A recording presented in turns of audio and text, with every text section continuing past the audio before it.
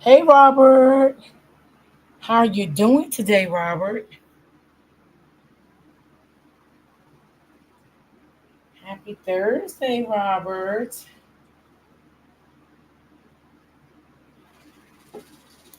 Ooh, it is hot today, baby. Ooh. Hold on, Robert. I'm going to be right back. Let me get me a cold water. It is hot today, honey. Yes, it is. It is really hot.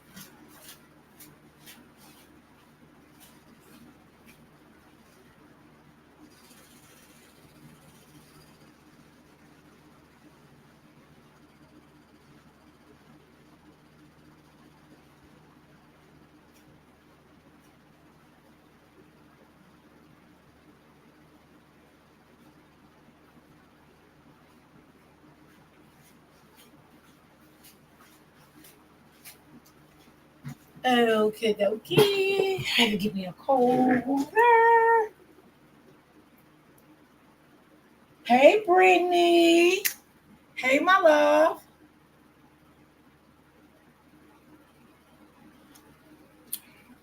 How are you doing today? Glad to see you. It is 92 degrees and 95 here today. Ooh, baby. I took me a nice cool shower before I came live. Yeah. hmm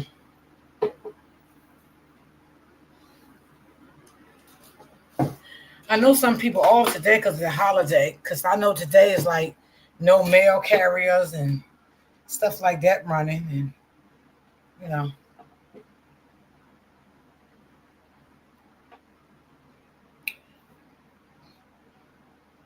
I know some people probably still work for the holiday. Some people may, some people may not.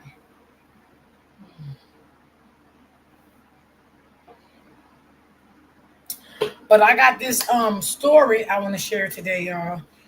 And this girl here, I remember her from a while back, right? And she was a content creator at one point, y'all. But I never knew this had happened to her. I just never saw her channel again. She never. I can't remember how long ago it was, but I remember following her and this young guy, and they was doing content together. Her boyfriend, and I just stopped seeing her, and I never knew that she was unalive by him. I ran across this yesterday and I'm like, oh, what? Hey, Auntie Cherry, how are you? I'm good. Just got done doing laundry and relaxing. Miss Brittany, why I just said I'm going to do laundry tomorrow? I just said that this morning. I was like, you know what? I'm going to do my laundry tomorrow. Tomorrow's Friday. Get that out of the way. Yep, I'm going to do mine tomorrow. I understand. I got up and I made me some hash browns, some sausages, and I made some pancakes, and I ate that.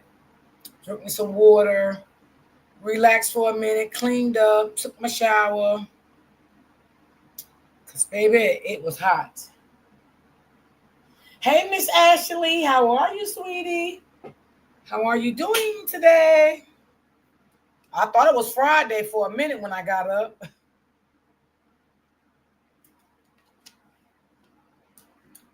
but nope, today is Thursday. So y'all, we gonna play this. Cause baby, I don't know what the hell be going on. Oh, okay, Miss Ashley. Okay, okay. Well, at least you're in a cool spot, baby, right? Is it hot where you at? Because I think tomorrow's going to be in the 90s again here. We can't beat the sun, but, Hey, Brittany girl. How you doing, girl? And I meant to hit you up, Brittany, but I was so tired this morning. I had so much to do this morning. Let me see here. Let me bring this up.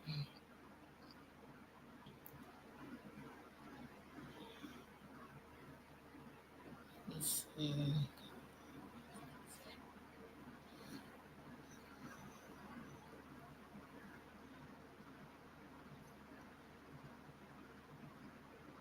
All right, y'all. Let me know. Yeah, I'm gonna bring it up. Okay. I'm putting the video.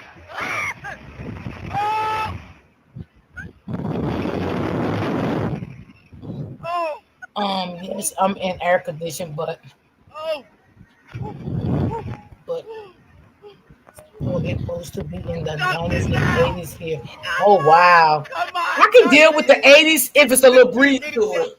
This is the story of Ramia Griffin, aged 20, an entrepreneur, a TikToker and a young mother who was shot and killed next to her infant baby at her apartment in the middle of the night. From sadness to fear and even anger over the murder of 20-year-old Ramia Griffin inside this ground-level apartment. It's tragic. It's horrible. It's disgusting. Girl, Several neighbors told Channel 11 detectives on the scene Friday night told them Griffin was shot 12 times around 3 a.m. Friday. The killer, who was someone very close to her, went ahead to attend and cried during her funeral as if he wasn't the one responsible for her death. Thank you, Brittany. Ramia's family members comforted him, not knowing he was the person who sneaked into her apartment and shot her 12 times. The killer snuck out of the apartment after the shooting, leaving her infant kid to die alone, but fortunately she was found alive after being left alone for over 13 hours. Why was this beautiful young mother of one senselessly killed? Let's find out. What if recording high-quality content, editing like a pro, and streaming like a star was as simple as hitting record? Hit the like With button Riverside, for me, guys. Hello and welcome to Twisted Crimes. Subscribe and hit the like button for more stories.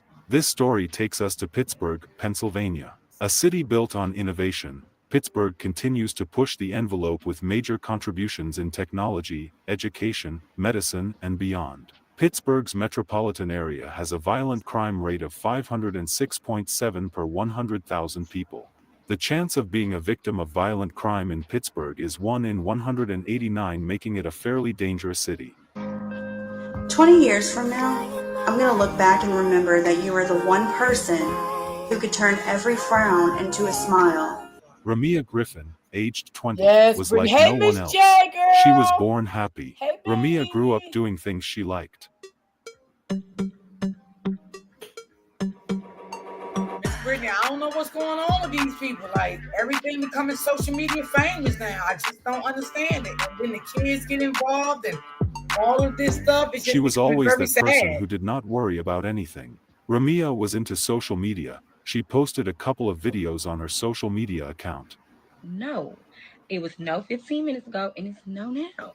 Like every time. If any one of y'all hoes try me, I don't care how big it is. If you try me, if you try me, if you try me, if you try me, if you try me, if you try me, if you try me, if you try me, if you try me, if you try me, if you try me, I'ma fuck y'all hoes up. No, Chucky! No, Tommy! I'm getting out of here! I want to be little again! I don't want to be a big people anymore! She loved it and was always ready to do it. She was also good at doing hair for people which she liked.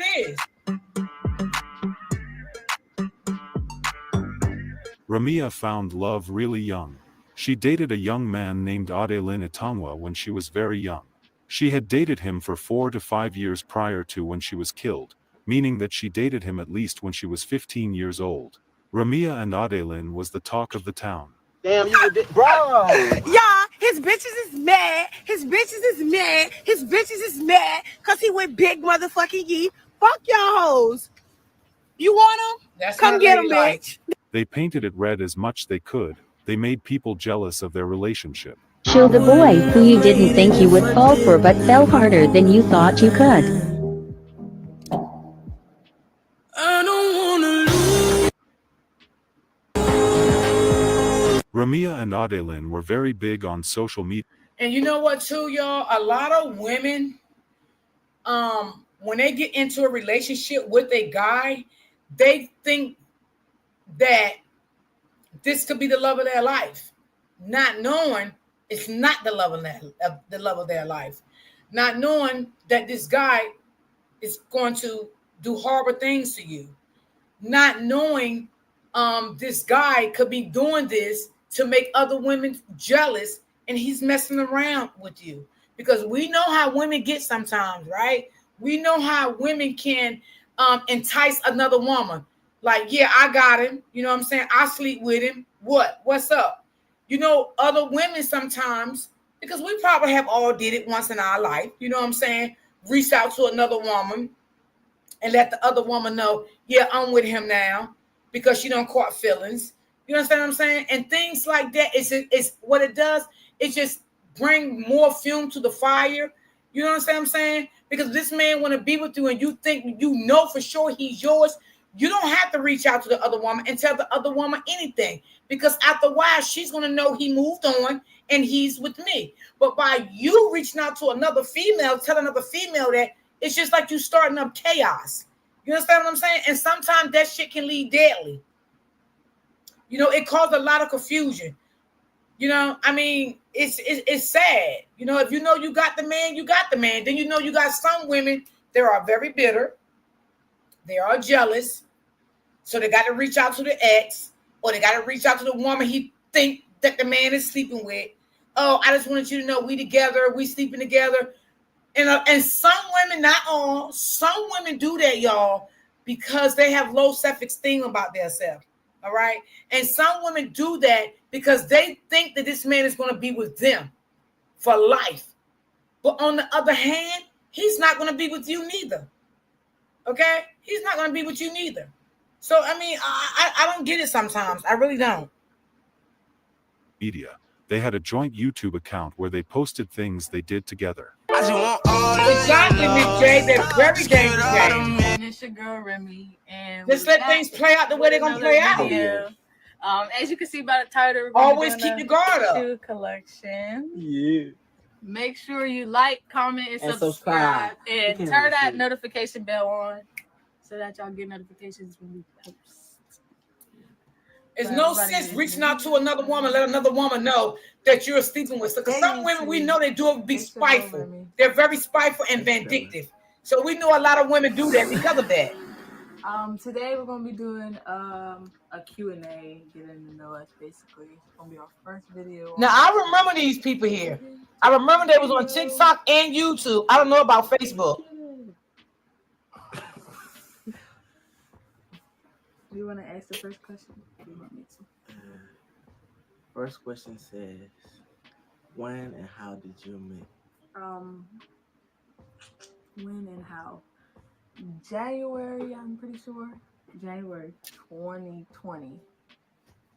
And we met through my god sister. And she introduced us. Next question is favorite and least favorite thing about each other. She get on my nerves all the time, most of the time. So you went for the least favorite thing first? Yeah. So what's your favorite thing about me? I like going out most of the time. So that gives us something to do. So I like that. Well, my least favorite thing is that he don't like going out. He don't like doing stuff. I mean, sometimes we go out and stuff, but sometimes he's lazy. Speak up, girl. I can't hardly hear you. We were supposed to get up early. We did. But we did, and then somebody went back to sleep. Because I only slept for an hour. You kept waking me up. Whatever. Next question. Where was our first trip together? First trip was when we went to Florida. No. Yes, it was. No, our first trip was when we went to Wow. You didn't even know our first date. We went to Maryland. Yep. We went to Maryland and Ocean City, right? Yeah. We went to Ocean City, Maryland. We went to We went to the beach. It was cold most of the time we was there. It's cold. So we didn't really get to go to the beach like. We kept going out at night. Like everybody was lazy. And we kept going out at night, and by the time nighttime, we got on the what is that thing called? The slingshot. I have the video of us.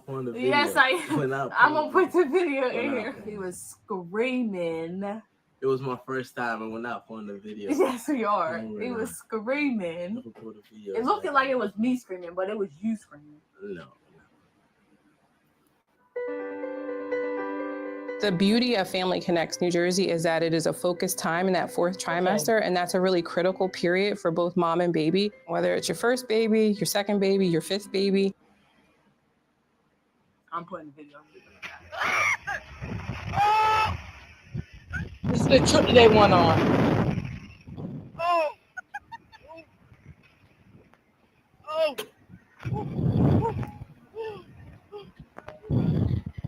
Stop me now! Come on, stop me! Is it 3 minutes yet? Oh my God. Is it over with? They had videos of them where they traveled together and did so many things together. So me and my boyfriend went on a trip.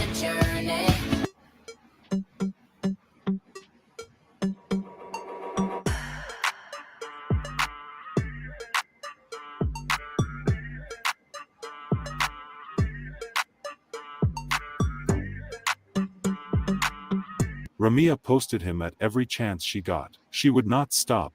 She trusted him with her life. Every day was something about how she really loved him and how they did a lot of things together. 20 years from now, I'm going to look back and remember that you were the one person who could turn every frown into a smile.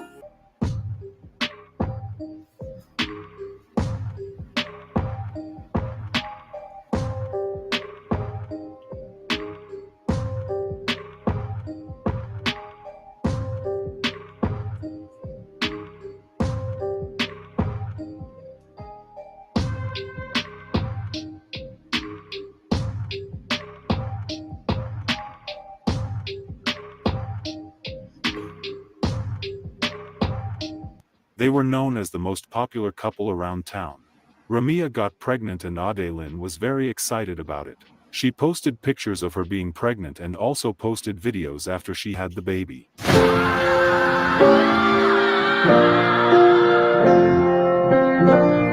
After they had the baby, things started going south. Ramia was 20 at the time. She asked for a breakup, which her social lover agreed to on the surface. She did not know that he was not very happy about it. Family and friends believed they were co-parenting maturely, but deep down, that was not the case. There were lots of fights behind the scene. On February 9, 2024, things would turn around for Ramia and her infant child. Around 3 a.m., Adelin came to her place and shot her 12 times after an argument about rekindling their relationship went south. Adelin walked out and disappeared. 13 hours later, people heard the infant baby crying, so they called the cops. When police arrived, they saw Ramia riddled with bullets. She had been shot 12 times. They informed her family and they were devastated about the news. They immediately called Adelin to comfort him. Unfortunately, the police were not able to put 1 and 2 together at the moment to know who the killer was. Tonight, we're finding out more about a 20-year-old woman brutally murdered inside her Baldwin apartment. Ramia Griffin was a mother to a 1-year-old daughter. We're told she was shot 12 times in her own home and in front of that child. She was our age, and it's horrible that like there's people in the world who can do stuff like that and just be fine. Said Alden Apartments on Young Ridge Drive in Baldwin say police didn't find her body until several hours after she died. Channel 11's Amy Hudak live from the Allegheny County Police Department, where detectives are working this murder investigation now. Amy. Yeah, she was, Miss J. Very. David, here at Allegheny County Police headquarters, no suspects have been named publicly, but investigators tell me their investigation is still ongoing.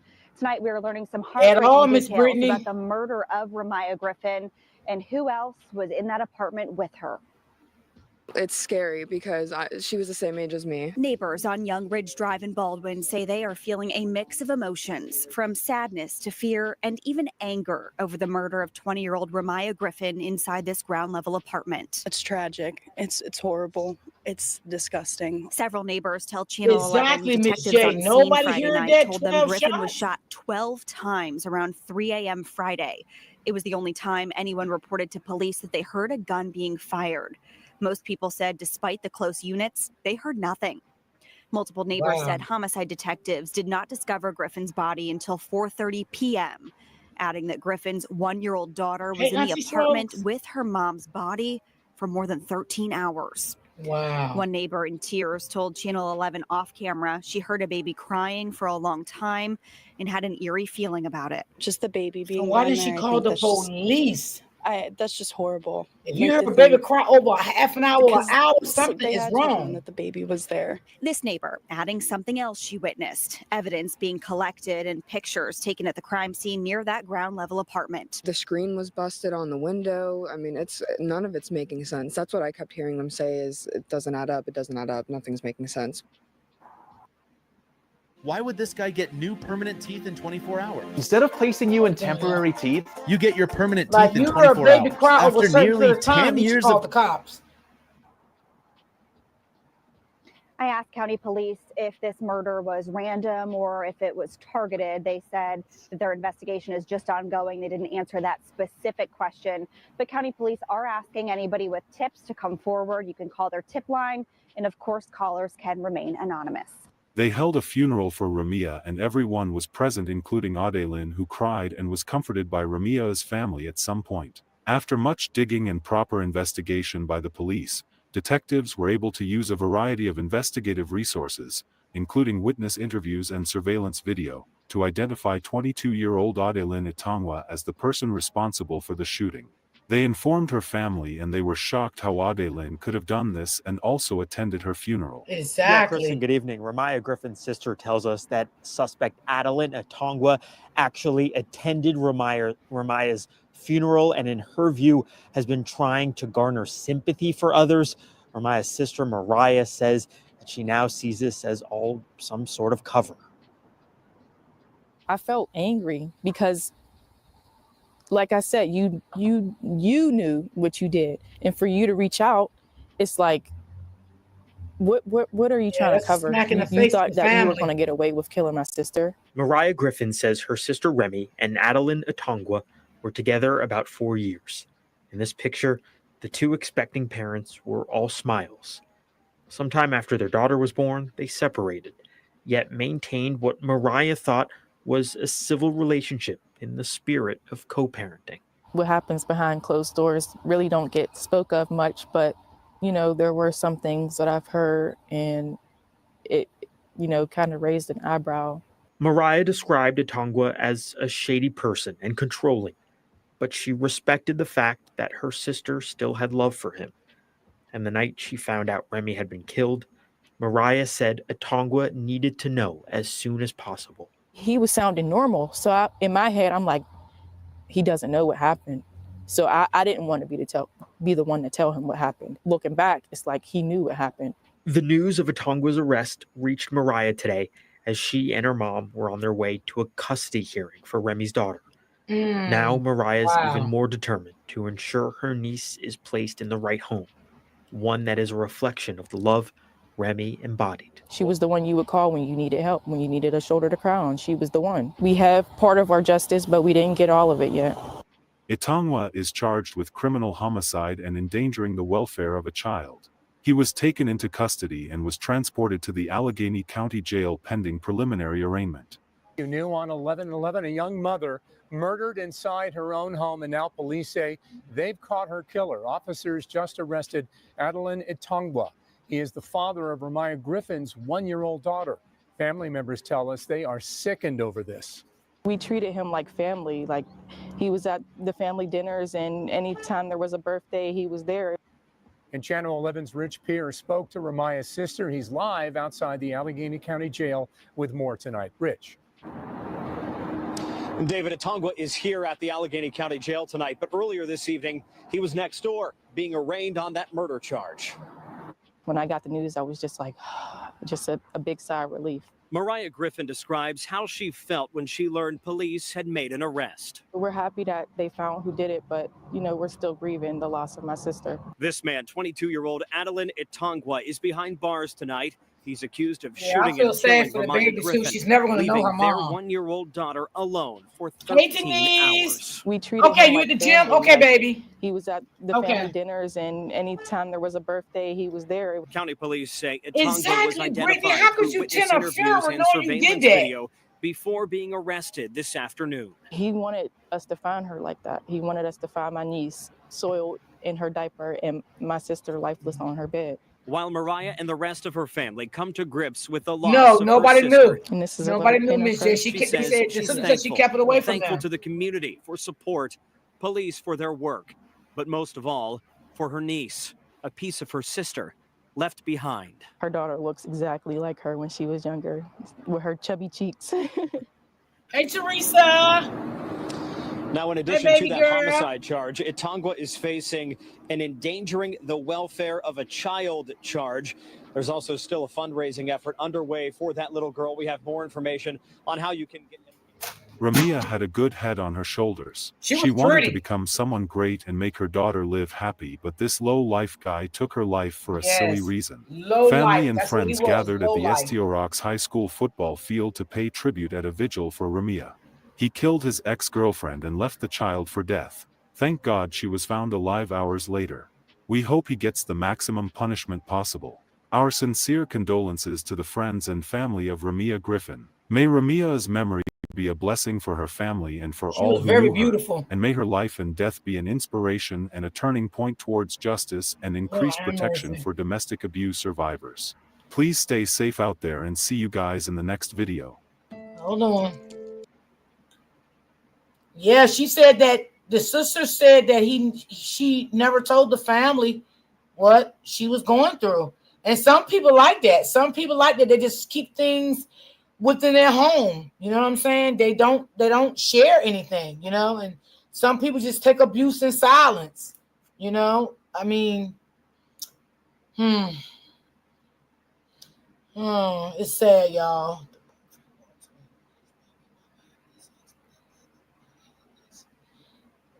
Ooh, these men just pulling out. Ooh, Lord. I don't know.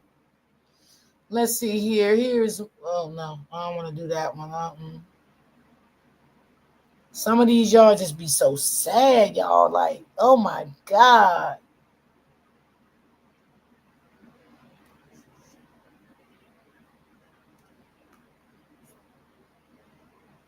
Okay, let me get this off of here.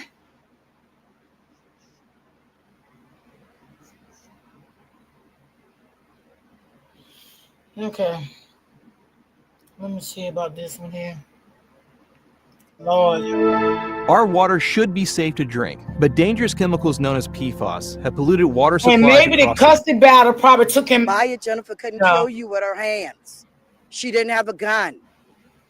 It's not self-defense. It's not stand your ground. We don't even have that law here in South Carolina. That's able to tell somebody what's going on. Exactly, Miss Strokes. You have to. You can't keep everything to yourself. I know you try to keep your relationship private, but some things got to be said. This is the story of Maya Jennifer Simmons, aged 30, a mother to 8 beautiful kids who was shot and killed over a man by another lady named Kaisha Simmons Birch, aged 39. Yes, Maya had just been proposed to not too long ago by the same man who had just broken up with Kaisha. Things went real. Hold on. I'm so glad you bring that up. Who said that? Brittany or Miss J? Brittany? Yes, I do. And you know what, Brittany? A lot of men and a lot of women think they are healed, right? When they get out of relationships, because they think they can do it by themselves, right? And they really can't. Especially if you've been in a relationship or a marriage over a certain period of time, and now you're out of it. I feel like this, and I'm just speaking how I feel, because everybody's entitled to do what they want to do and feel the way they want to feel. I think a man or a woman should not even sleep with nobody when you're just getting out of a relationship. Okay? And the reason why I say that, because if you started sleeping with someone, you're going to start catching feelings, right? Whether it's a man or a woman. But you're just coming out of a whole blown relationship, meaning just, a boyfriend or a spouse, right? You can't be healed. And I think a lot of women and a lot of men, they look for rebounds to try to get over the pain that their ex-wife, ex-husband, ex-boyfriend, ex-girlfriend endured in them, right? So normally when a man or a woman does that, it's not helping the situation. You're making the situation worse because now you're still hurt, you're still in pain, you're still starving. You think you're not, but you is. But now you done got in a relationship with someone else and you leading this person on, but this person doesn't really know your background, what you just got out of. Okay, so now you're telling this person, well, I really don't want to be in a relationship right now. You know what I'm saying? I just want to have a friend. Now this woman or this man done got so invested in you and done started catching feelings for you, and now you in another triangle. You see what I'm saying? It's just now you don't put your problems onto someone else in someone else's life that was way happier before you, living their life, doing their thing, going to work, having a nice time. You don't bring pain into these people's life, okay? Because you was looking for a rebound. Because that's what it is. Normally, 9 times out of 10, when a man get out of a relationship or whatever kind of relationship he had, or a woman, they look for rebounds. Why? To make them feel happy. Okay, to try to get over the pain that they just adored with the last woman or the last man. But that doesn't help the situation. It doesn't help. It doesn't help the situation. It makes the situation worse than what it is. I mean, go get some real help. Get some real help. So when you do become in a relationship, you can be ready for your next relationship. You can know how to go into this relationship, how to proceed with it. Your do's and your don'ts, your boundaries, what you're looking for, what you're not going to accept, what you're going to accept, all of that, you're going to know that. But 9 times out of 10, when you just go head in on another, because you don't call rebounds relationships. Okay, that's just something you're doing. You're just fucking the person, excuse my language, but it is what it is. You know what I'm saying? You're just looking to have sex, but you got to understand, when you have sex with a man or a woman, somebody going to catch feelings eventually. And then you got another whole situation to go through again. And it just don't make no sense. You know what I'm saying? Just stay single. You don't have to sleep with anyone. When I got my divorce, I didn't sleep with no one. I went cold turkey when it comes to men because I was not ready. I wanted to heal. I wanted to know me again. Okay? I wanted to build my self-esteem back up. I want to know who I was. I want to know my do's and my don'ts for my next relationship. You know what I'm saying? I want to know how to go heads in on it, but what to look for, what to say, what not to say. It's a lot of things that I wanted to do that I needed to learn, and I learned through my counseling situation. So some people just I don't know. Ugh. I can talk about this all day, but some people would never get it. But let's get into it. Really south when the two ladies finally met, causing Kaisha to unload her gun on Maya Simmons, killing her instantly. Hello and welcome to Twisted Crimes. Subscribe and hit the like button for more stories. The Charleston County coroner has also identified the victim from a separate shooting early this morning in North Charleston. Exactly, Miss J. Absolutely. Why do you all think that same people don't want to get help when getting out of any relationship? Do you think? And here comes your student loan debt. Is Yeah. private student loan Sometimes debt they don't. You know why they don't? You need to talk to I'm so glad these questions y'all asked me. I like that. This story will be Sometimes they don't do it, Brittany, because they think it's all the woman or the man. They don't want to take accountability for what they have done, what they are doing, maybe their childhood trauma. They don't want to take accountability for that because they so into their self. They so self-sufficient. You know what I'm saying? And they think it's all about them. Their ego is so high. They think everybody else bring them problems, but they don't bring the next person problems. And they try to cover up their problems because they think it's all about them. You understand what I'm saying? You can find a lot of people out here like that. And I would never want to be around anyone like that because we all have said things and did things and still doing things that we should not do. Everybody need help when it comes to a situation. You know what I'm saying? Stop thinking that you don't need their help, that you this and you that. And some people can cover up their shit so good. You would think this, oh my God, this is the woman I've been looking for. This is the man I've been looking for. Oh my God. They start to blindsiding you. So yeah, Brittany. Yeah. taking us to the city of North Charleston in South Carolina. North Charleston, South Carolina is a vibrant city with a unique history and culture. It is the third largest city in the U.S. state of South Carolina. It has a bit of crime compared to other cities. One's chance of becoming a victim of either violent or property crime is 1 in 16. Maya Jennifer Simmons, aged 30, was a great person who loved everyone around her. She was the founder of Treats by Maya, a cake business that was thriving well, and she also had a 360 photo booth service which she rented out to people. And some people just don't want to heal, Brittany. You're right, they just don't want to heal. Because they think it's nothing wrong with them. Maya was doing great with her life. She had kids whom she loved with her life. She was a mother of 8 wonderful kids. She was said to be a great mother too. Maya was said to go to church too. She was a decent and nice person overall.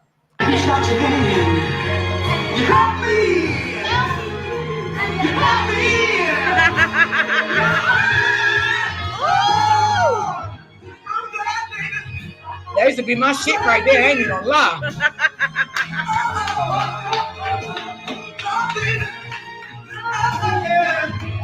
I wanna believe you, baby. I wanna believe you, baby. I'm gonna love you. Oh, baby.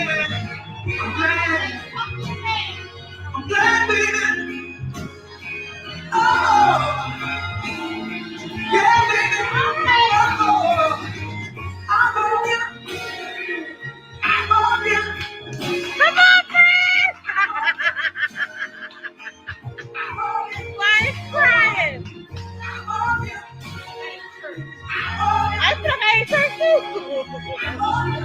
Most of her friends described her as a very hardworking person.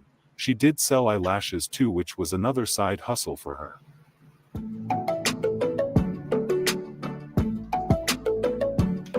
She's a beautiful woman. So beautiful. She was a very good entrepreneur. Maya finally found love after having her kids. She met a young man who treated her like a queen, which she was. They loved each other and things were really nice between them. Friends and family were very happy for them. Not too long ago, it's never been easier to start a podcast than with Riverside. Okay. First, go to riverside.fm and open And an have account. y'all noticed all these record, women be entrepreneurs? Got something going for themselves? Have you noticed that? Maya celebrated her 30th birthday and it was a very nice event. She's so pretty. Like a Barbie doll. Happy birthday, Maya!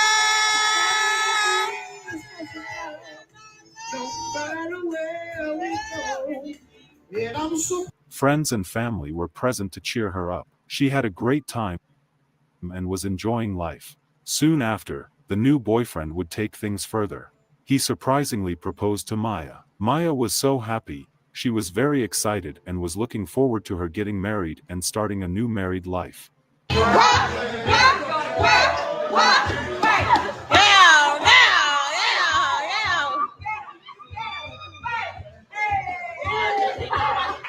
Everyone was so happy for her because she is a selfless person who was always happy for others too. Unfortunately, the so-called new man who wanted to marry Maya had a past which he hadn't let go totally. His last relationship was with a 39-year-old woman named Kaisha Simmons Birch, a businesswoman.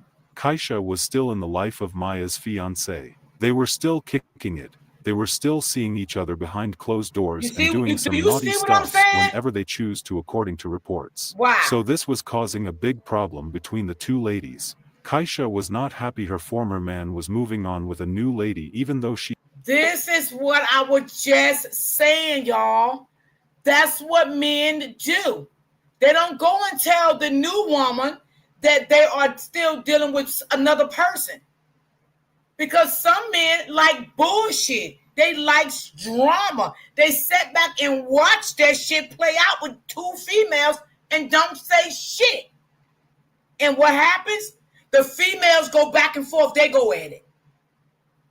Now, a woman have to lose her life because she didn't know that this man was still seeing the ex-girlfriend behind closed doors. This woman did not know that. He was playing both of them. And this is sad, y'all. This is so sad.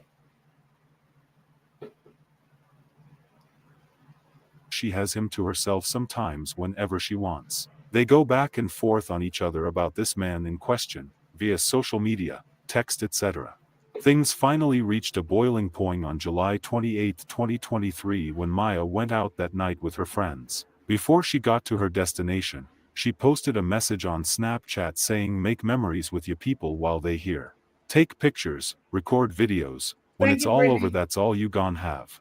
Along the line, somehow the two ladies, Kaisha and Maya, bumped into each other and hell was let loose. They went back and forth at each other at around 2 a.m. that morning. The actual event of that early morning can't be confirmed right now, but something led to another and Kaisha walked to her car to get her gun then shot Maya dead. Kaisha left the scene after the shooting and disappeared into thin air. Maya was left suffering and fighting for her life on the floor. Police were called but pending that people were attempting CPR on her. When first responders arrived, EMS took over with life-saving measures. She was rushed to the hospital, but unfortunately, Maya Jennifer Simmons, 30, died shortly before 3 a.m. from a gunshot injury at the hospital. One of Maya's friends posted a summary of what happened that night on her social media with a little tribute to her.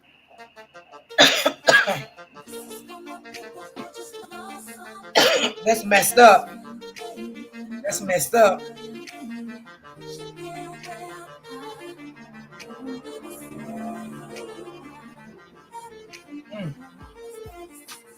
Wow.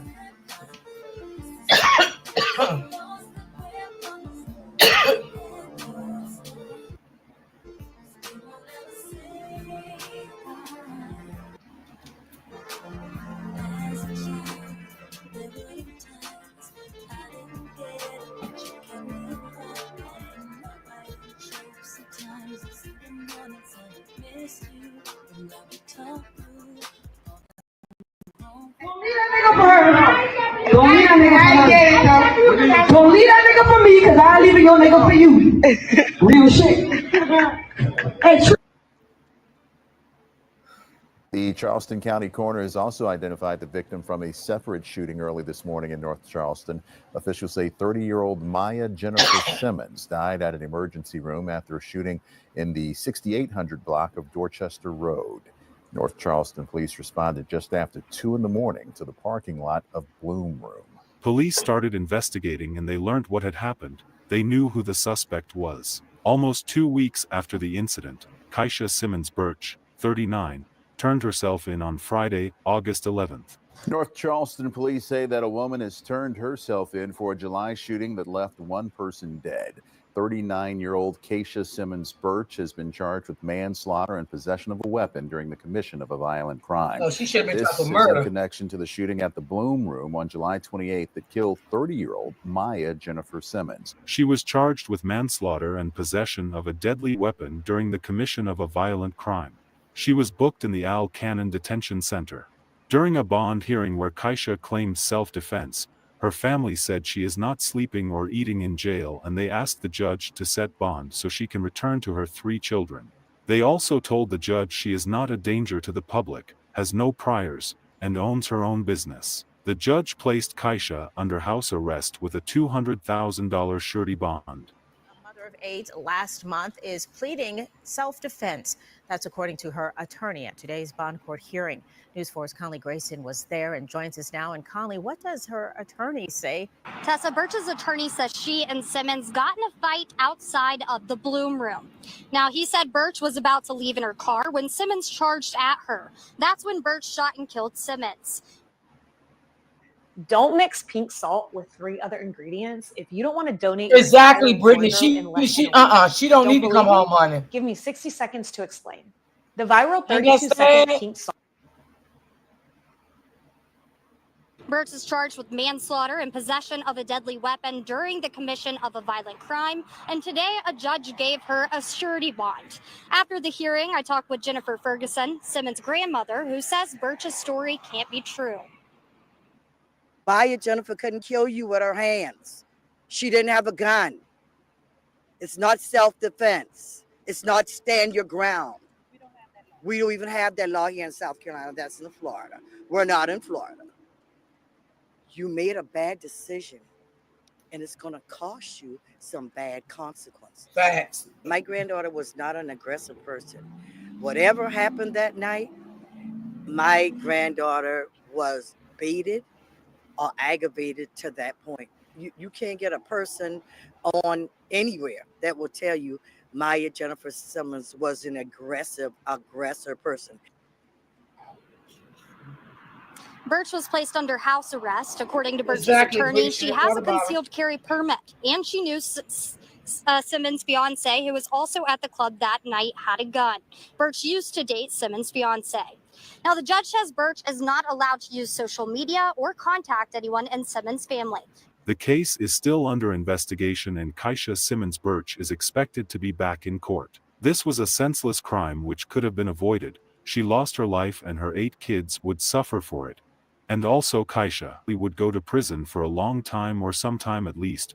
Our sincere condolences to the friends and families of Maya Jennifer Simmons. May Maya's memory be a blessing for her family and for all who knew her, and may her life and death be an inspiration and a turning point towards justice and increased protection for gun violence survivors. Please stay safe out there and see you guys in the next video. So sad, y'all. That is so sad. This girl didn't even know anything about this man was in. Well, he broke up with the girl, but he was still messing with the girl. And this girl didn't know anything about it. And look how she got caught up. Wow. What a shame. And he need to be ashamed of himself. He really do. He need to be ashamed of himself. You didn't say anything.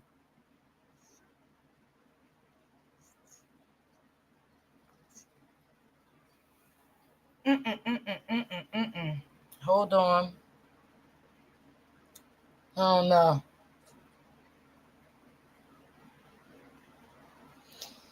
Some of this stuff is just so sad, y'all. So sad.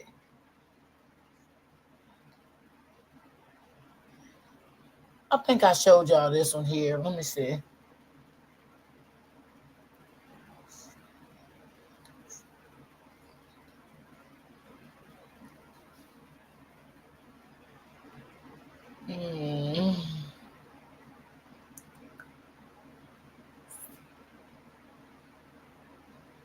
Seems like all this toxic relationship stuff going on. Oh my God, it's just too much. A crazy husband unloaded a barrel of bullets in his wife.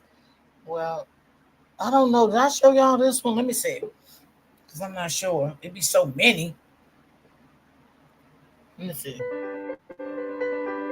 This is what makes Family Connect so different from other home visiting programs, specifically programs led by nurses.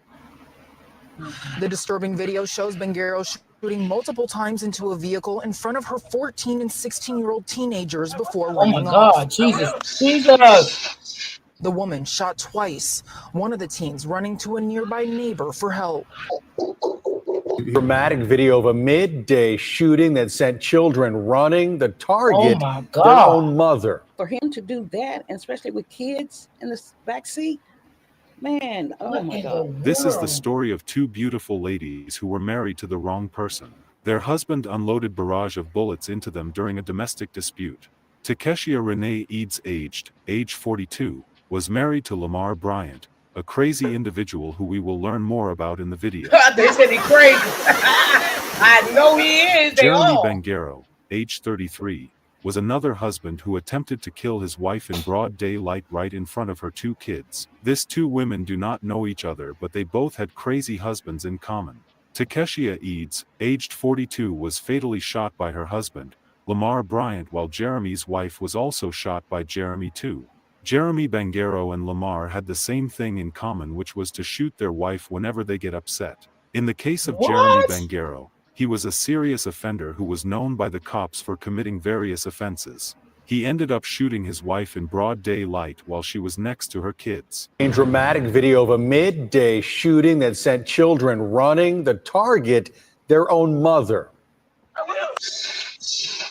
For him to do that, and especially with kids in the back seat, man, oh my God.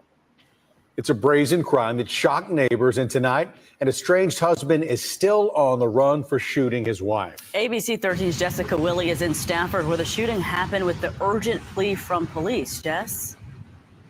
And Stafford police are releasing this video, hoping it will compel someone to come forward with information on where Jeremy Bangero is. There is a reward. The victim survived. Neighbors tell me she and her children, though, are terrified. Doorbell camera video shows a man identified by Stafford police as Jeremy Bangero in a surprise attack on his estranged wife. Her 2 teenage children in the line of fire, Bangero at the driver's side shooting. They came, it's like So much commotion Monday afternoon just across the way from neighbor Ann Mosley. Monday around 12:05, there was rapid gunfire that we heard, pow, pow, pow. It happened at the park at Tivoli Apartments on Sugar Ridge. Bangero runs off. The victim's son seeks help at a neighbor's door. The 33-year-old with an arrest warrant tonight. Police on the hunt for him.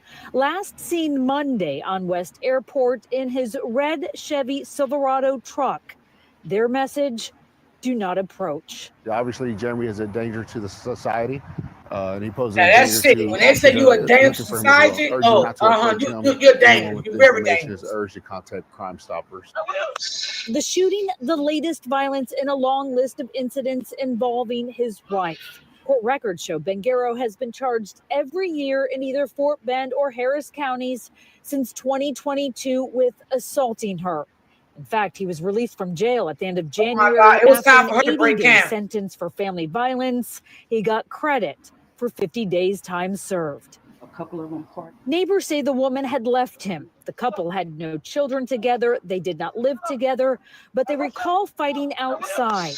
Police responded to the complex just 2 days before the shooting. I was on a welfare check here on Saturday morning. There appears to be a history here that's escalated to this sense of violence. He's a heartless individual to do this in front of 2 children, for them to see their mother get shot. I mean, it's heartbreaking. But Mr. Bangero has a Yeah, they probably was scared. Yeah. Several They said the kids ran to a neighbor. 3 or 4 years. And, unfortunately, it has led to this. I don't understand it though, y'all. I just don't. Wait a minute. Takeshia Eads, I just don't understand it. They said it's been going on for quite some time with her and him. I know, like, how could you keep staying there? I know it's hard sometimes to get out of relationships, but you gotta think: do you want to keep going through this? Do you want your kids to see you keep going through this? Do you want to wake up in violence, go to bed in violence? You have to set a goal. It's when enough is enough, and get your escape to go. Now I don't know, what the circumstances was, but look how long he been abusing her. Look how long. I mean, this is ridiculous. This is happening every day. aged 42, also known as Keisha, was not so fortunate in her case. I can't go out. I'm sick.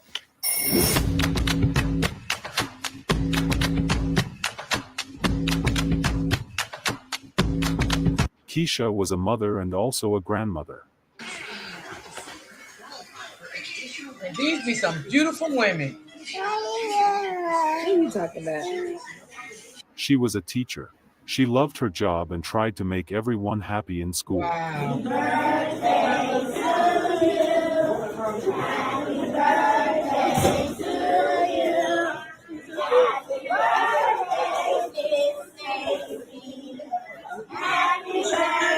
That is so good.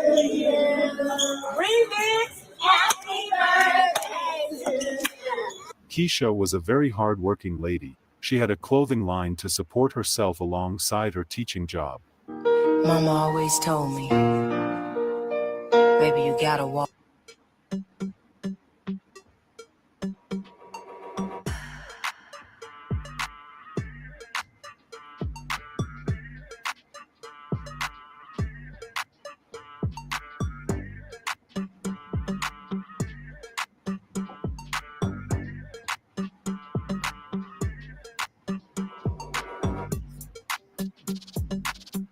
Yes, they are, Brittany. They really are. And all of them always have She was something very really close to great God in going her on. day-to-day life. He sang back to me. He said, I'm about to do it. She attended church regularly and performed in church at times. She ended up marrying someone she had dated for a few years by the name of Lamar Bryant. They lived a good life and had kids together. According to friends and families, they had a beautiful family together. They did a lot of things together.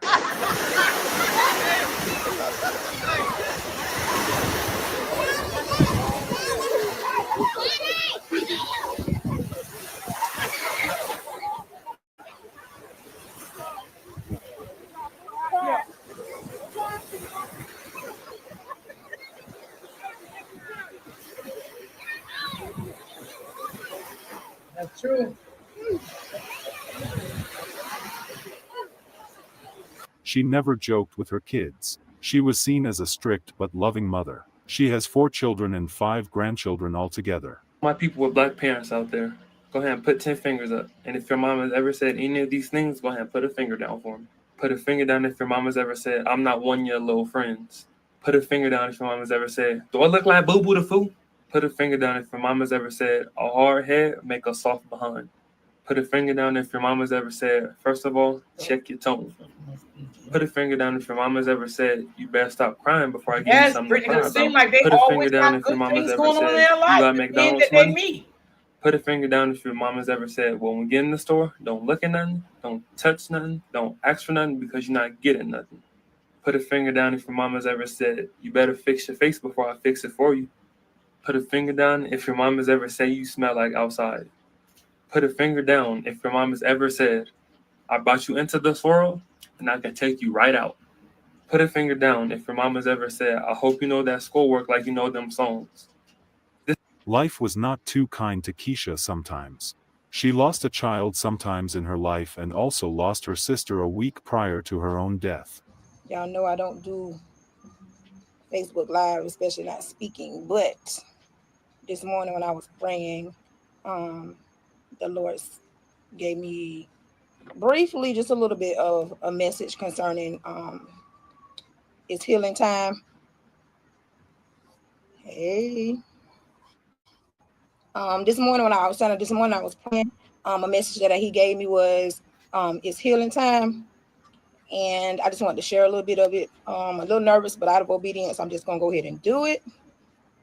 I'm gonna leave just to drop a little nugget for anyone that may be going through some things, but whether it be in your health, whether it be in your emotions, or anything like that.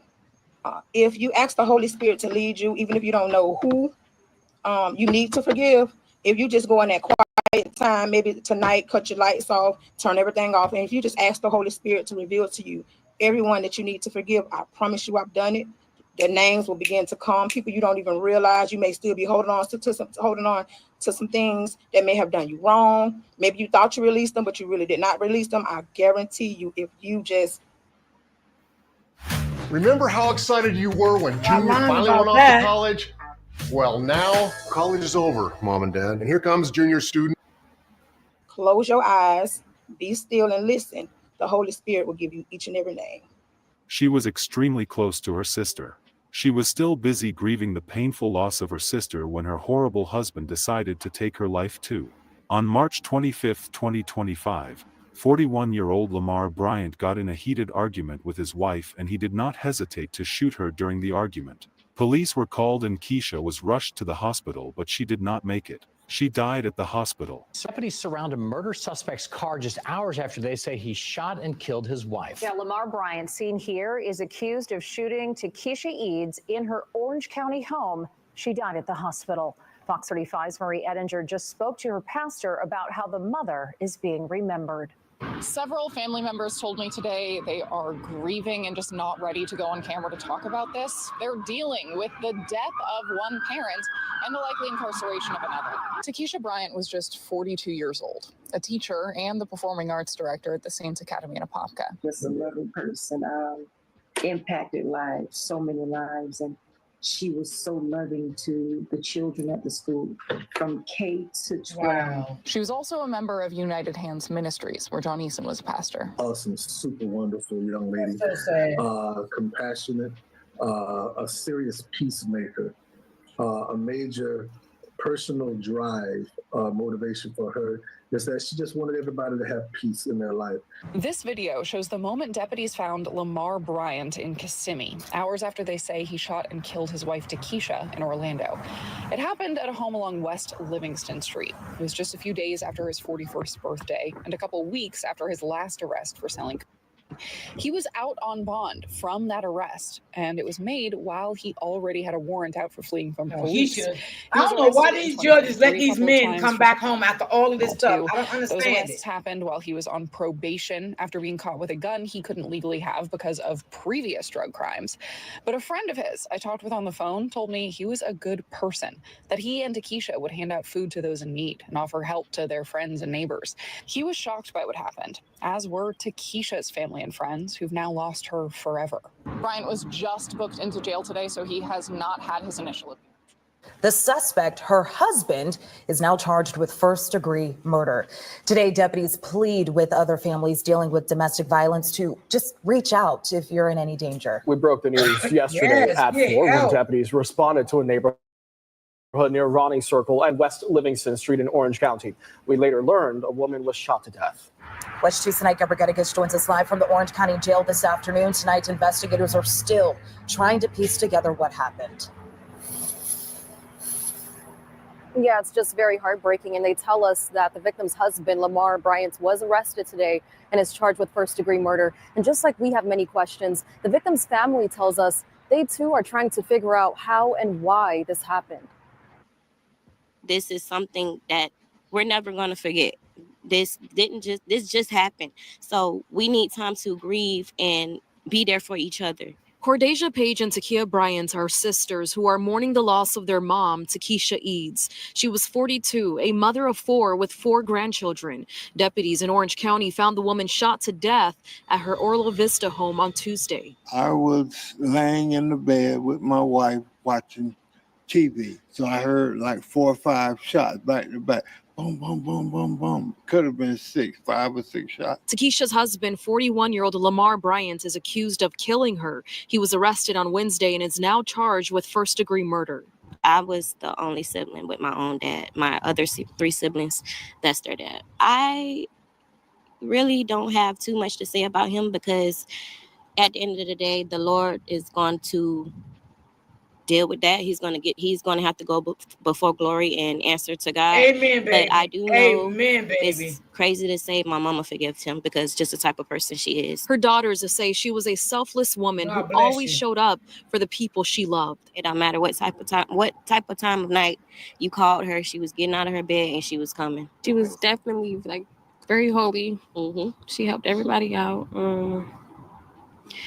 Everybody loved her, honestly. Yeah. In 2022, Hurricane Ian flooded homes in Orla Vista, and at the time, Wesh 2 spoke with Takesha about how she was helping her mom recover. We didn't lose pictures and certain things last time, but this time we did.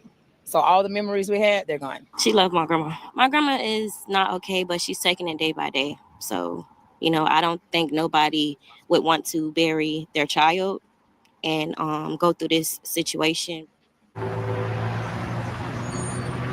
Now, court records show that Lamar Bryant has a long criminal history, and just this month, he was arrested twice, but bonded out 2 weeks ago. And again, investigators are working to determine what led up to yesterday's shooting.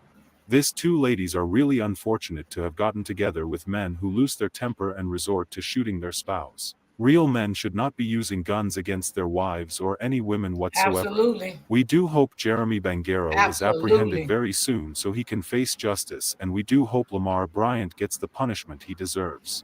We do wish Jeremy's wife a speedy recovery. Our sincere condolences to the friends and families of Takesha Eads. May her soul continue to rest in peace. Takesha leaves behind her 4 kids and 5 grandkids. May Takesha's memory be a blessing for her family and for all who knew her, and may her life and death be an inspiration and a turning point towards justice and increased protection for domestic abuse survivors. Man, I wish I had the right money that I want to have, y'all, because I will go in a business like that. You know what I'm saying? To help women get out of domestic violence and stuff like that. I would love to do stuff like that. I like literally, man, I would love it. Y'all just don't know how much I would love to do things like that. I really would.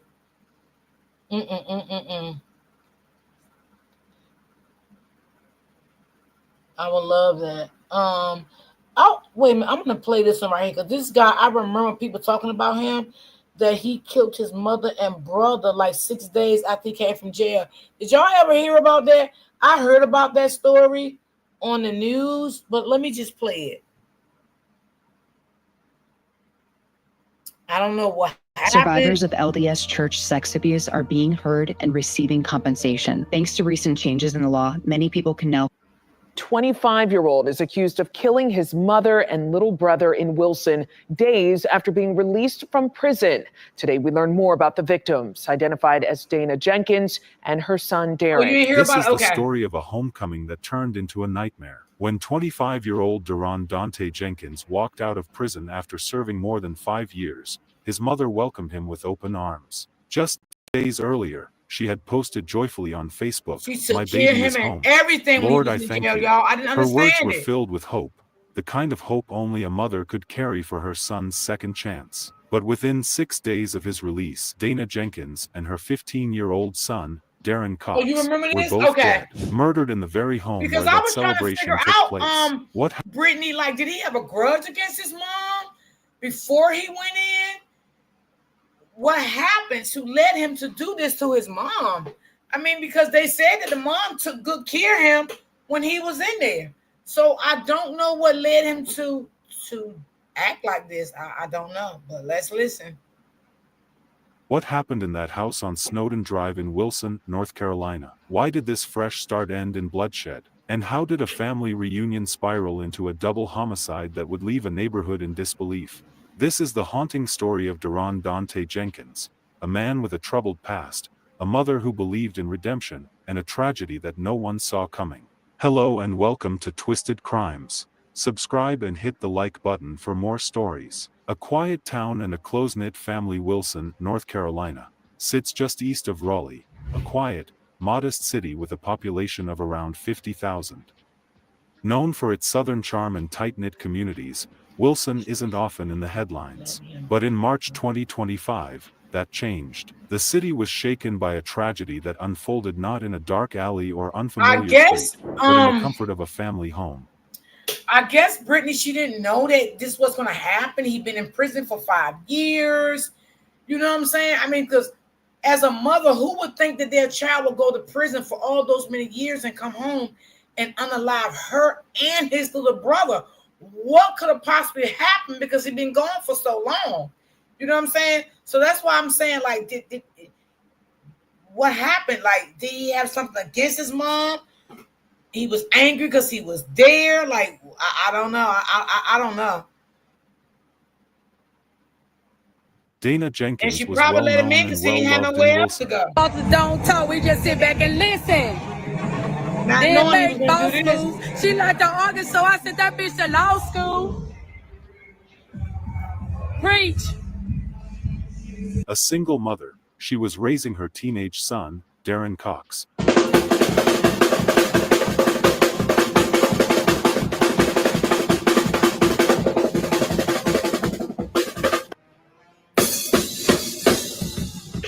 While remaining in close contact with her older son, Deron Dante Jenkins. Friends described her as a proud and devoted mom. Seemed like she was a very happy woman. Living a life. Someone who tried her best to keep her family together, even in the face of hardship.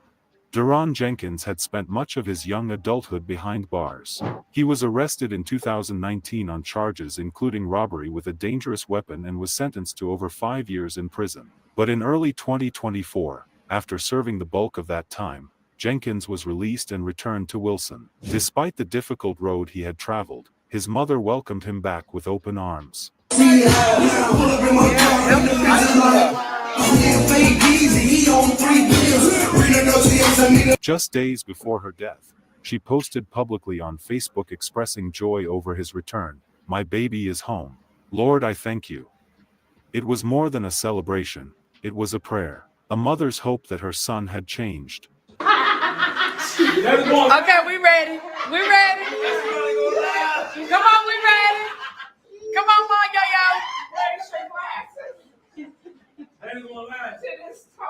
Is this live? Uncle Boo, break your legs. Come on, put your drink up. Love is sweet. Love is honor. Oh wait, I know this. Come on. Come on. Love is sweet. Love is honor. It's better to come in than honor.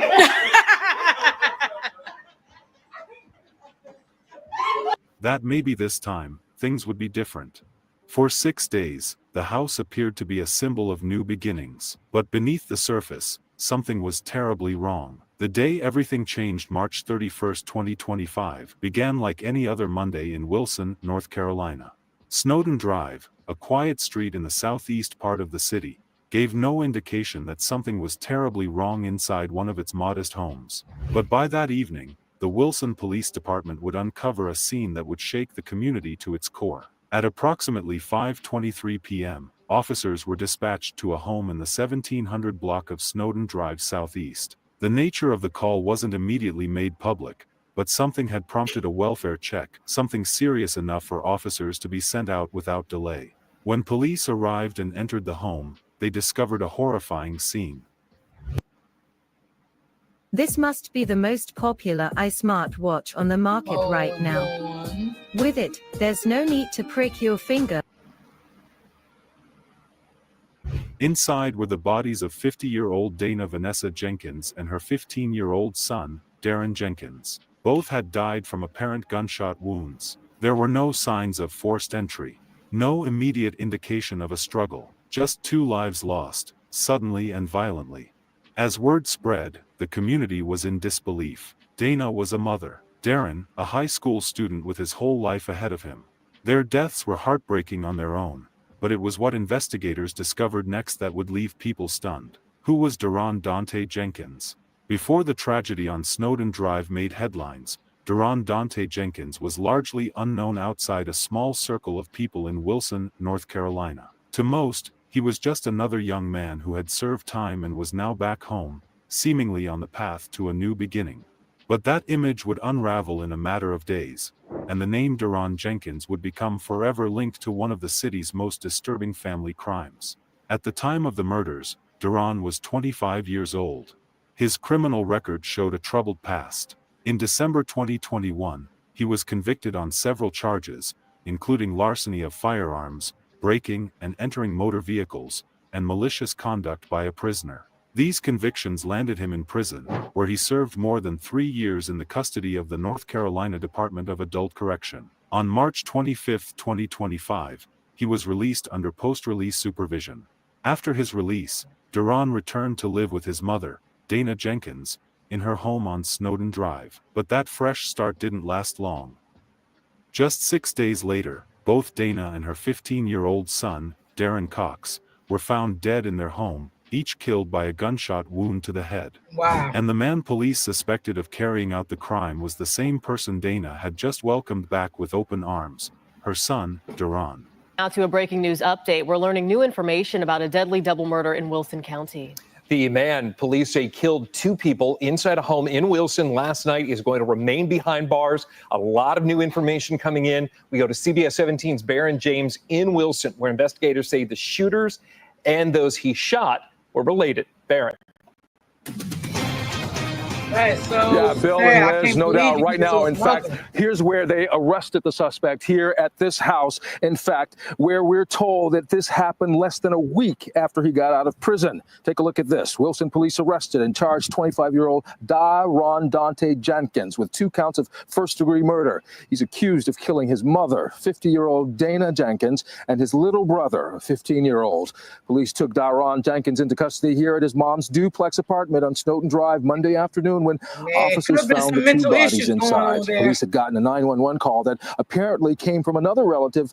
Take a listen. Dispatch calls first coming in. The apartment, there seems to be blood all over the place.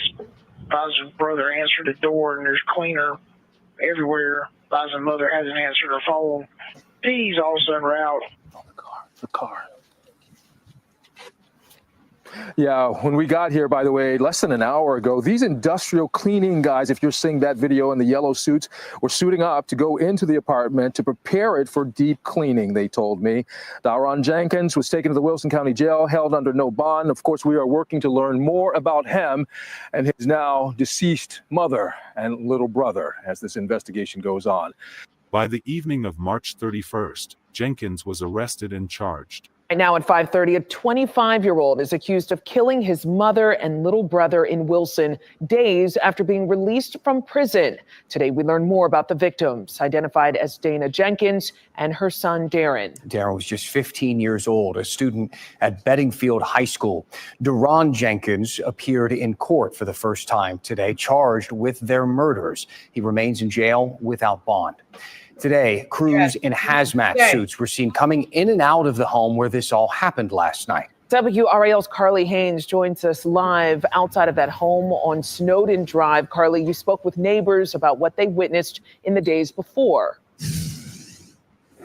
And neighbors didn't know Daron all that well because he had been in prison, though they say when they saw him at home, he'd been acting oddly. Meanwhile, the victims' friends, families, and members of their church are devastated. A church community processing loss. Lord, you are the God who sees, feels, and hears us. Through prayer. Thank you for healing our hearts. Bishop Sherman Blandon saw Dana Jenkins and her 15-year-old son, Darren, just days ago. And you couldn't anticipate that that would be the last time you would see either of them. Absolutely not. He sits with a heavy heart. I'm sorry. I tried to gather myself.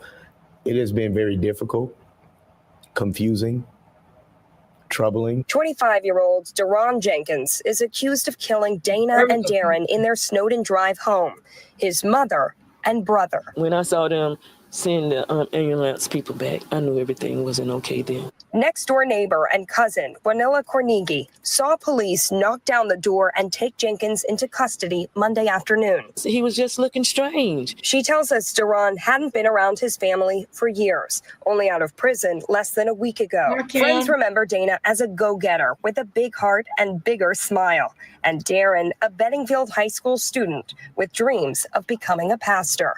You knew Darren was in the room. He was life of the party. He was goofy. That's true, a neighborhood and community resting on their faith to keep them going. Amen. He was only home for 6 days. And Dana also leaves a daughter behind. Bedingfield High School says their community is hurting and they are going to be having crisis counselors all throughout the week. At his first court appearance on April 1, 2025, Assistant District Attorney Holly Rabel requested the highest possible bond due to the severity of the crimes and Jenkins' criminal history. Judge Matthew Sperati agreed, setting a bond totaling $2.5 million. Woo. As of now, people come to us and their teeth are so bad that they all need to be extracted. They all need to be taken out and they need to get brand new teeth. But traditionally, the old way of doing this, it usually can take somewhere. Investigators have not shared an official motive. There are no public reports of prior domestic disputes or warning signs leading up to the murders. It remains unclear whether Daron had been enrolled in any post-release support programs, counseling, or rehabilitation services. Yeah, maybe he's not. And He so wasn't far, fully no one close rehabilitated to to come him has home stepped yet. forward with insight into his state of mind during those final days before the killings. sound like The some mental facts are issues chilling. definitely going A young on. man was given a He second could have been chance, and and you within know, a week, men be that chance was institutionalized. shattered by an unthinkable act of violence. Now, as Daron Jenkins awaits Thank you, trial for 2 Lois. counts of first-degree murder, the community is left searching for answers. How did this happen? Was there anything that could have been done differently? And how do you begin to process a tragedy that seems both senseless and deeply personal? The arrest of Daron Dante Jenkins has left the Wilson community in shock. A son, who should have been rebuilding his life, now stands accused of brutally ending the lives of his own family. What could have driven him to such a tragic act? Was it the weight of his troubled past, the struggles of reintegration, or something more? And what could have been done to prevent such a devastating outcome? As the investigation continues and more details emerge, the questions only grow louder. How well can we really know the people we love? And when is a second chance not enough? We'll be keeping a close eye on this case as it unfolds. But in the meantime, we want to hear your thoughts. Do you think this could have been prevented? What do you think drove Deron Jenkins to allegedly commit this unthinkable act? Been prevented because drop your thoughts in the comments He was below. only home for and don't 6 forget days. to like this video if you found this case as heartbreaking as we it's did. hard to say that. Brittany, I'm going to ask you, do you want another one? Because I'm about ready to get off because there's a lot of people in the chat anyway. But if you want another one, I'll do it for you, girl. I mean, you don't know what drove him to that point. He was just home for only 6 days. And he just went ballistic, like, out of nowhere. So, I don't know. But let me know if you want me to play another one. I will, and this will be my last one. Okay. I do it for you, girl. Let's see what this is about, Brittany. Thank you so much, Brittany. Right now, she's charged with the lowest form of murder. I want it up to first-degree murder. She murdered my daughter at 5 a.m., and she was out at 8 p.m. This is the story of Tyra Chanel Crosby, aged 25, a young lady who was tortured and later shot dead by a married woman named Stephanie Alexander, aged 51, after she caught Tyra in bed with her husband when she returned home from work around 5 a.m. Tyra met Stephanie's husband, Albert, age 50, in the club earlier that night, before she ended up in his bed and later to be shot dead by Stephanie. Hello and welcome to Twisted Crimes. Wait, let me subscribe and hit the like button for more stories. Like this happened in Tonight, South a Carolina, chilling too. 911 Yep, reporting is this. revealing new details about a deadly shooting in Northwest Charlotte. This story will be Charlotte. I taking us remember to this, y'all. The lady, the husband kept messing with this young girl. Well, how she found out, a neighbor was telling her that your husband is messing with a young girl, but she could never catch the girl. So the wife got a phone call from the same neighbor that day, right? And came back and caught her in her goddamn house, right? But the mama trying to say that her daughter didn't know that she was married. But I'm quite sure this young girl knew that this woman was married. I'm quite sure it was something in that house to let her know that this is a married man. Okay? And, oh yeah. Let me see. We saw this, y'all did? And I don't know if this is the update or what. Now, I did see some of this. Let's just play it because this could be the update. I've never seen the update. The city of Charlotte, North Carolina. Charlotte is known for being the largest city in North Carolina. Although it is not the state capital, Charlotte, North Carolina has a higher rate of crime than the national average. The violent crime rate in Charlotte is 34.3 per 100,000 residents, which is significantly higher than the U.S. average of 22.7 per 100,000 people. Tyra Chanel Crosby was born on August 28, 1997. She was said to be a nice person. Yeah, I guess she was.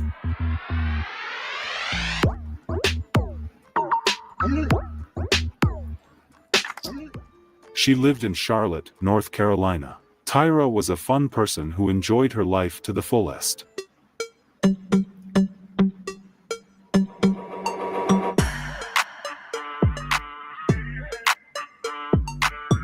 Now, the last one I showed, they didn't play all of this.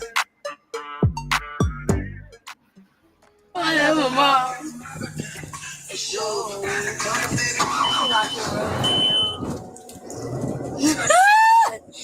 Oh no.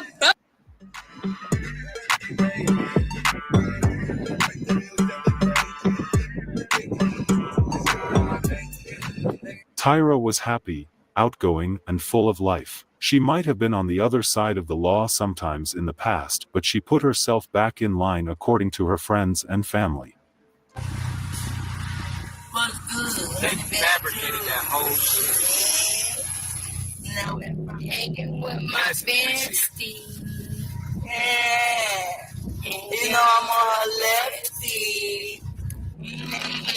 But I'm on her right. You know what I'm saying? We ain't playing. Ain't playing. Morris, senior West Morris, you already know. Put you out and you see stars. DJ Tom. Oh, wiki. Straight facts, B. Peace. Yo, word, respect, B. Yo, say facts. Respect. Going to New York in the morning. Going to the NY. Yeah, that's right, B. The way I'm north, we're going to Miami next week. Yeah. Orlando the day after. Yeah. Tyra was in a decent relationship with a young man who she posts on her social media account. She can be seen in some videos playing and dancing with the love of her life, enjoying the simple things of life.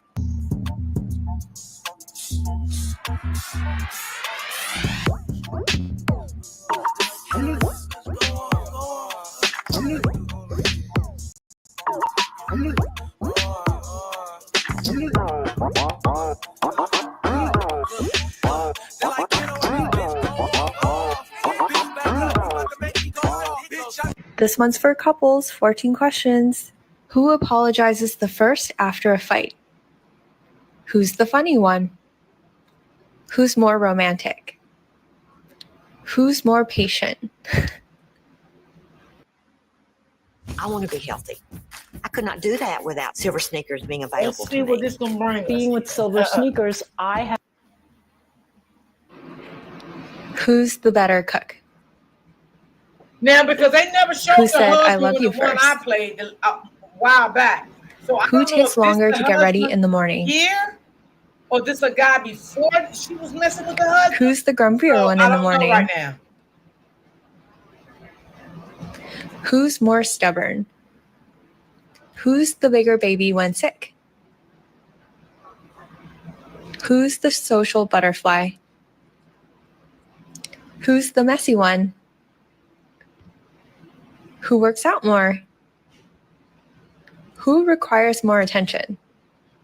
On July 18, 2023, Tyra, who liked to step out sometimes, decided to go to a club, which isn't something bad in itself. Somewhere along the line during the Pretty night, girl. she met with a man named Albert Alexander, age 50. They Okay, locked so this eyes is and they him. spent a bit of time together, The drinking, other guy wasn't. dancing, and having a good time. After a couple of drinks, Albert invited Tyra to his home. They were all loved up, hand in hand, heading to Albert's Oh yeah, home. Brittany, we ain't Unknown seen to this part. Tyra, Albert was a happily married man who just wanted to play naughty that night. Albert was married to Stephanie, who had 5 kids from someone else. He was said to have taken the kids in and loved them unconditionally. He appeared to be a great stepfather to the 5 kids by Stephanie. When they got to Albert's home, which he shared with his wife named Stephanie Alexander, age 51, they continued from where they stopped in the club and proceeded to the bedroom. Unknown to Tyra that Albert's wife was at work, she felt at home with Albert and felt great. However, in the early hours of Tuesday morning, around 5 a.m., Stephanie stormed in to get the shock of her life. She found Tyra in her bed with her husband.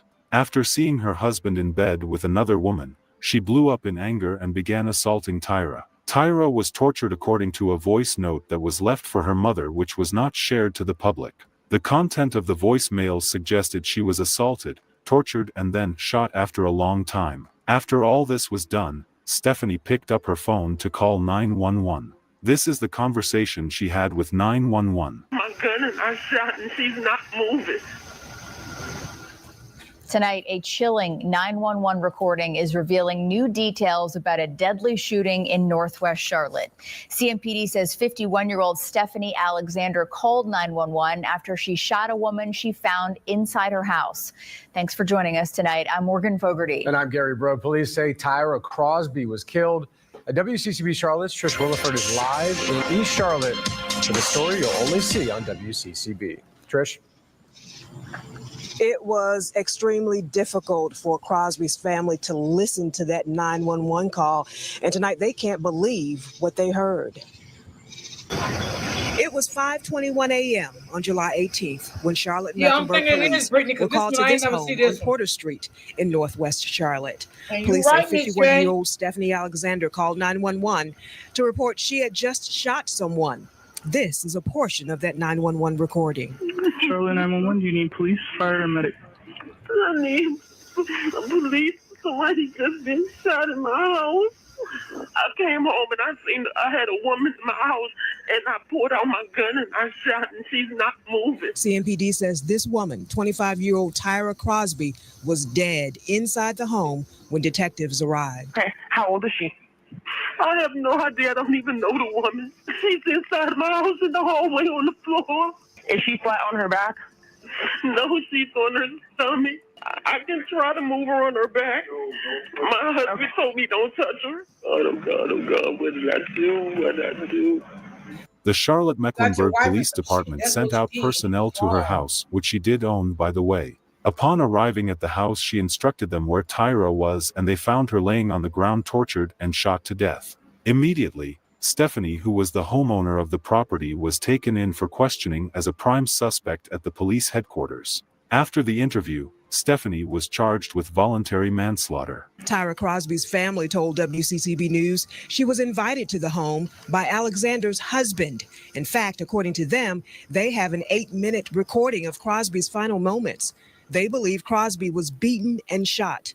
The family spoke to us after hearing the 911 call. I'm angry. I'm upset that for her to go from one emotion to the next, you get on the 911 call and I have a call recorded on my phone where you're beating my child, and then you call 911 and you're emotionally crying and saying your life is over. I feel like it's senseless. I feel like she didn't have a chance. I came home and I had a woman in my house and I pulled out my gun and I shot and she's not moving. Criminal defense attorney Mark Jatan is not an attorney on this case. We asked him to give us his expert opinion about the voluntary manslaughter charge against Alexander after listening to the 911 recording. She's shaken beyond belief. You can hear that and hear the things she's saying. It certainly seems to be the charge that you would assume is correct. Now, the tricky part is just because it's a heat of passion situation doesn't always mean manslaughter is the correct charge. Time is one of the main factors that we deal with as between manslaughter and murder, because time can equal premeditation.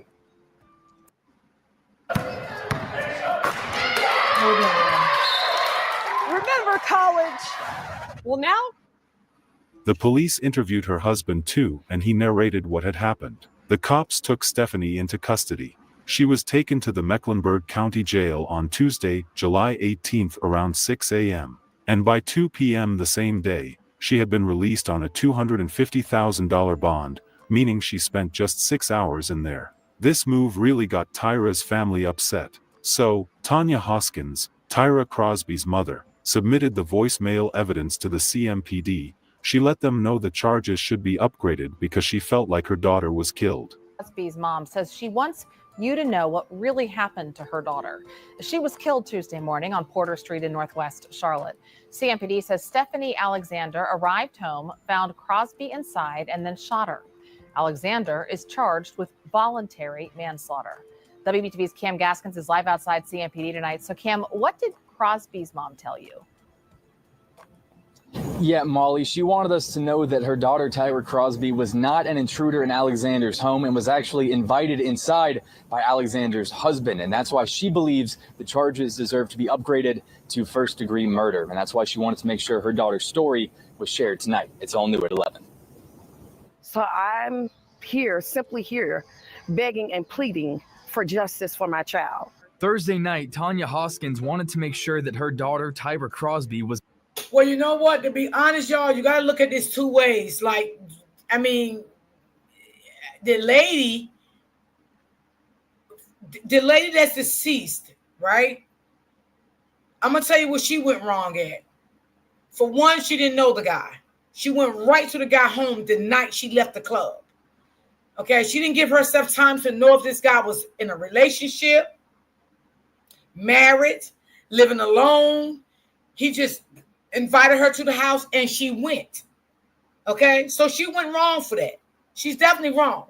You just don't go to no man's house because he invites you to his house, not knowing what you're going to go against when you get there. And it cost her life. She didn't know this man. She didn't get to know him. If she'd have got to know him, you know, she would have known this man was married. You know, the first time that she go to this man's house, when she kept going back there or whatever, did she see that it was a woman living there? Did she see any signs that there was a female there? Because sometimes it will show signs. The way the house is decorated, you know, things will show. She didn't care if it was married or not. You know what I'm saying? And I understand her family is outraged. Then on the other side, the first video I played a while back, right, when she said her neighbor called her and told her that her husband was bringing a man in the house. I can't remember how long ago I played that, but Brittany remember that. Okay, but she never seen nothing. She never seen a woman in her house, you know. So I guess, you know, things kept going on. She didn't believe it. But then when the neighbor called her again and said, a woman is in your house. He just brought a woman in your house. And I know you remember that video, right? Brittany? Lord, Brittany, you've been with me for a long time. You damn sure remember that shit. So the lady circled back and came home and finally found the lady that the neighbor was telling her about in the house. The lady acted out of anger.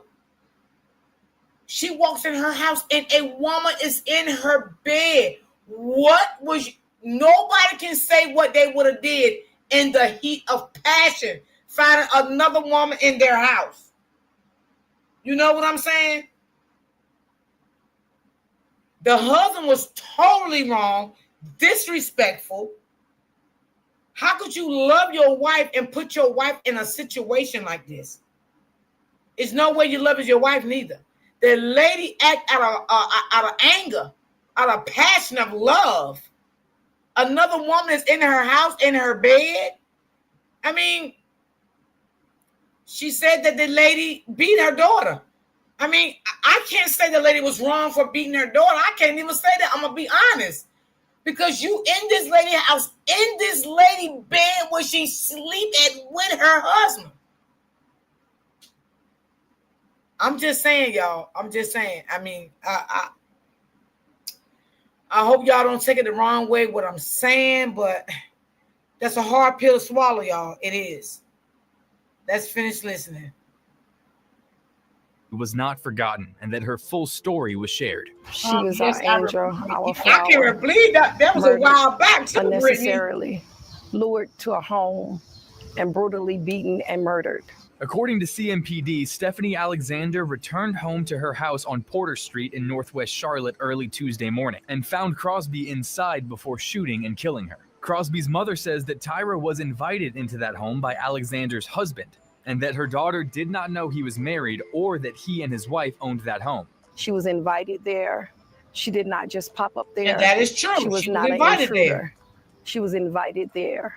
She also says that Crosby called her in her final hour and left a voicemail in which you can hear Alexander beating her before shooting her. According to Hoskins, it was a prolonged beating, and she's hopeful that this new evidence will elevate the charges against Alexander.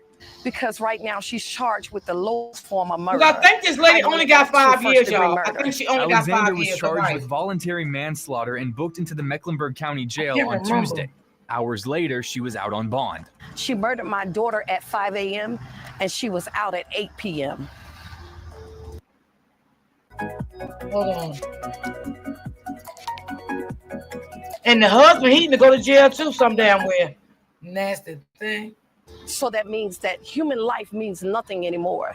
For now, Hoskins says she'll wait for CMPD to investigate, but she won't let anyone forget. I don't want the investigators to go away. I won't stop until there's another charge and justice for my child. She explained to them that on that tragic morning, in the middle of being assaulted, Tyra called her mom, Tanya, for help. Unfortunately, she didn't get through to her mother, as the call went straight to her voicemail. She claimed Tyra could be heard brutally assaulted before she was eventually shot and killed. She says a voicemail message captured her daughter's final moments.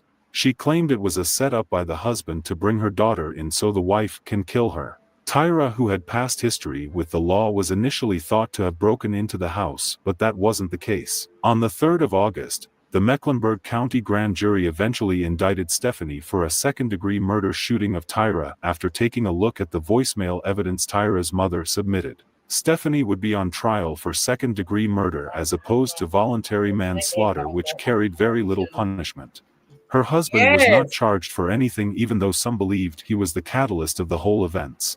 A bit of patience on the side of Stephanie could have avoided all of this, because at the end of the day, the cheating husband isn't going to jail. We do hope Tyra Crosby gets the justice she deserves very soon.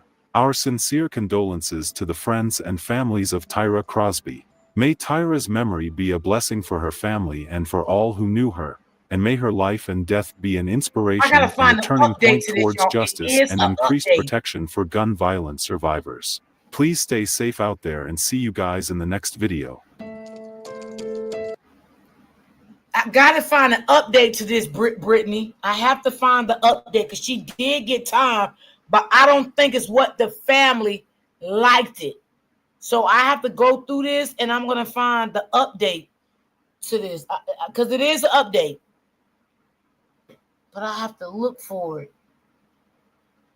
Yeah, I have to look for it. Let me see what Brittany said. You're right. I didn't think about that. He had to find the picture. Yes, Miss J. I agree. That was wrong. Or maybe the family should have requested a civil charges. Yeah, that's true too. Yeah, that was. I gotta find an update to that. Yeah, that was crazy. That was crazy. Because I definitely remember that. Because I know she got time, but I can't remember. And I seen that on somebody else's channel, but I can't remember the person's channel I saw it on. But I mean, you can't tell people how to react when things happen. You know what I'm saying? Especially when they're in that moment. You know what I'm saying? Especially in a situation like this situation. That was a tough situation right there. So she probably did beat her and then did what she did to her. You know what I'm saying?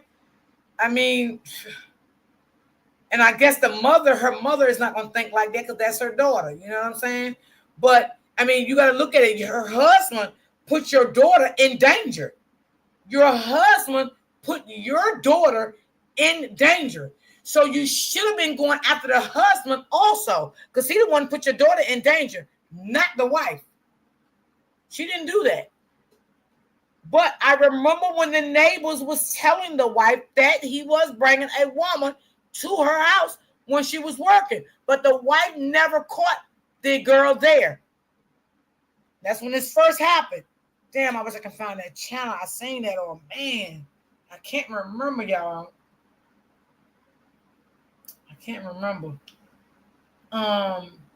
Yes, Jay, the husband should have been charged. Yes, Auntie Cherry, yes. I wonder what the boyfriend thinks of this. Right, because she did have a boyfriend also. So I don't know. Just give me some days, y'all. Maybe I can try to find that update. I'm not guaranteeing you. I may find it, but if anybody do run across it or whatever, just inbox it to me. But yeah, she had a boyfriend. He was married. So yeah. Because if you can remember, Brittany, I played this around the same time I played when that sheriff officer caught her husband cheating with a sergeant and she unalived the sergeant. You remember that, Brittany? Miss D, I think the reporter said Miss D, I think the reporter said the wife was given 5 years. That's what I thought I heard. You right, Auntie. I did hear that. Right, but I wanted to make sure. Yep, she only got 5 years. I thought I heard that right. Maybe the writer, the person of the name update, if you can. Okay. I thought I heard that. Yeah, I thought I did hear that. That she only got 5 years. Yeah.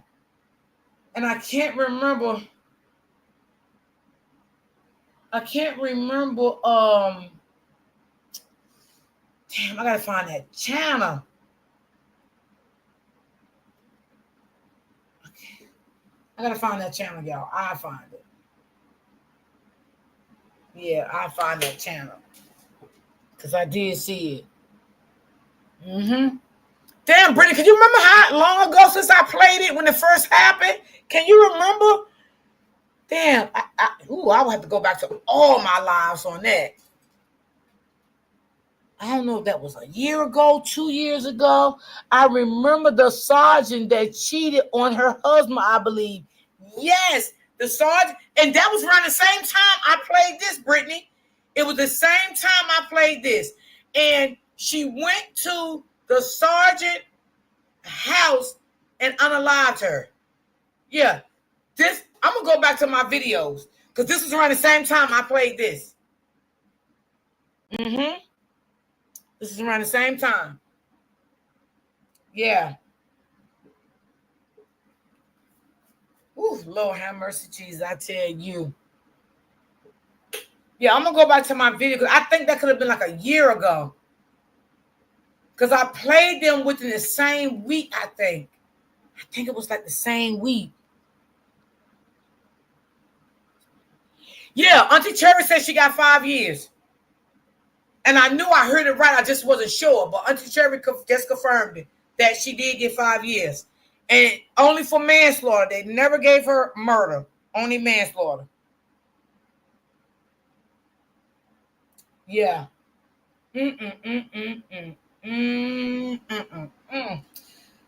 Ooh, baby. I tell y'all, there's always something. But I'm going to go back and go through some of my lives and see. Because I didn't never see no update on that situation with that neither. Yeah, it was about the same week, D. Yes, it was. Brittany, you've been with me for a long time. Yep. Mm-hmm. Yeah. So I'm gonna go back to some lives and see how long ago it was. I remember I covered both of those cases. I remember that. I damn sure did. I remember that. Okay, y'all, I'm going to get up off here. I want y'all to enjoy the rest of y'all day. Y'all be blessed. Y'all be safe. Y'all stay nice and cool. Always remember, stay prayed up. Always remember to keep God first in everything you do. I love you guys. And I will see you guys tomorrow. Tomorrow. And if y'all like to donate a coffee, I think my link is in the chat somewhere. That's when you cover other topics other than the saga. Okay, Brittany. I'm gonna try to go back and find that. I'm gonna try to definitely go back and find it because I know I got it. I know I do. Yeah, I know I do. Yeah. Thank you, Brittany, for reminding me. Thank you, Brittany. Thank you. Appreciate that. Thank you. So I'll definitely see you guys tomorrow.